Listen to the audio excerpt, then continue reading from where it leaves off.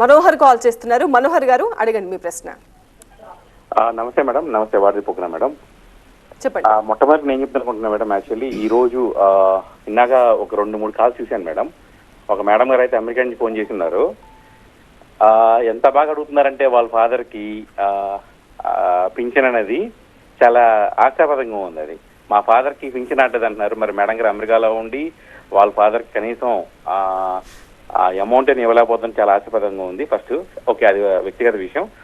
అందరు చూసినారు అన్నమాట. ఎలా అంటే చంద్రబాబు నాయుడు గారు తెలుగుదేశం పార్టీ ప్రతి ఒక్కరికి ఐవార్ కాల్ చేసి పంపిస్తున్నారు.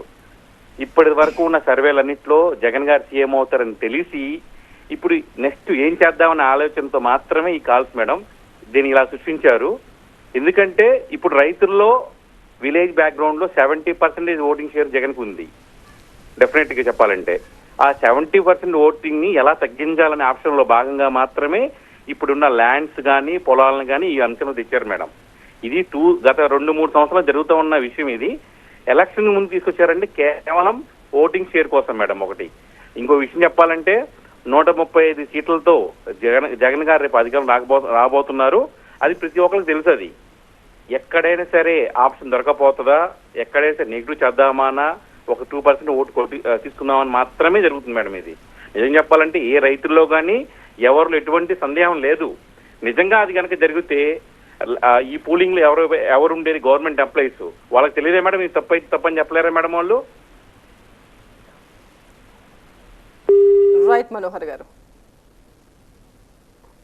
లేదండి, ఇందాక మన మనోహర్ గారు రైట్ పాయింట్లు ఏమనెత్తారు అంటే జగన్ గారు అనేటువంటి పార్టీ చూడరు, కులం చూడరు, మతం చూడము, ఎలిజిబిలిటీ క్రైటీరియా అంటే ఇస్తాము.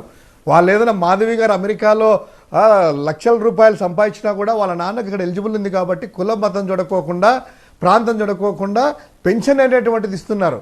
దాన్ని Madhavi should appreciate to Jagan గారు.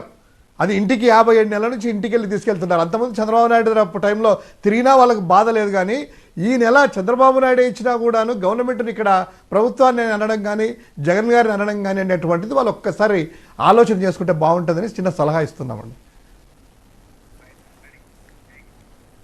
ఎస్ రైట్ అండి. ఇప్పుడు మీరు నెల్లూరు జిల్లాకు చెందిన నాయకులు, మరి జిల్లాలో వైసీపీ విజయావకాశాలు ఎలా ఉన్నాయి? నెల్లూరు జిల్లా సంబంధించిందండి టోటల్ పార్లమెంటు పరంగా 7 నియోజకవర్గాలు, జిల్లా పరంగా అయితే 8 నియోజకవర్గాలు. నెల్లూరులో విజయసాయిరెడ్డి గారు ఎంపీ అభ్యర్థిగా నిలబడ్డారు. దాదాపు ఒక సామాన్యుడు ఖలీల్ అనేటువంటి ఒక సామాన్య కార్యకర్తని, సామాన్య ఒక ముస్లిం మైనారిటీకి ఇంతమందికి నెల్లూరు నియోజకవర్గ చరిత్రలో ఒక ముస్లిం అభ్యర్థికి వ్యక్తికి టికెట్ ఇవ్వలేదు ఇంతవరకు.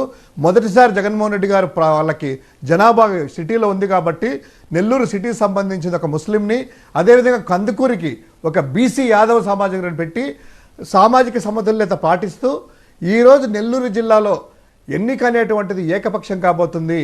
ఒక పక్క వేమిరెడ్డి ప్రభాకర్ రెడ్డి అనే వ్యక్తి ఈ యొక్క వైఎస్ఆర్ కాంగ్రెస్ పార్టీకి వెన్నుపోటు పొడిచి అక్కడికి వెళ్ళినా, ఇక్కడ అన్ని పార్టీ పదవులు అనుభవించి అక్కడికి వెళ్ళినా కూడా తన యొక్క ఒకే ఒక ఆయుధంతో ఏదో డబ్బులు వెదజల్లుతో చేసినా కూడా ఈరోజు ఈ యొక్క పార్లమెంటుకు సంబంధించి 7కు 7 పార్లమెంటు అభ్యర్థి విజయసాయిరెడ్డి గారు కూడాను ఘన విజయం సాధించబోతున్నారు.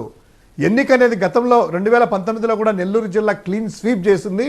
మరోసారి 2024లో ఇప్పుడు కూడాను నెల్లూరు జిల్లా అనేటువంటిది స్వీప్ చేయబోతుంది వైఎస్ఆర్ కాంగ్రెస్ పార్టీ. క్లియర్గా మొత్తం అంతా కూడా జిల్లా అంతా కూడాను.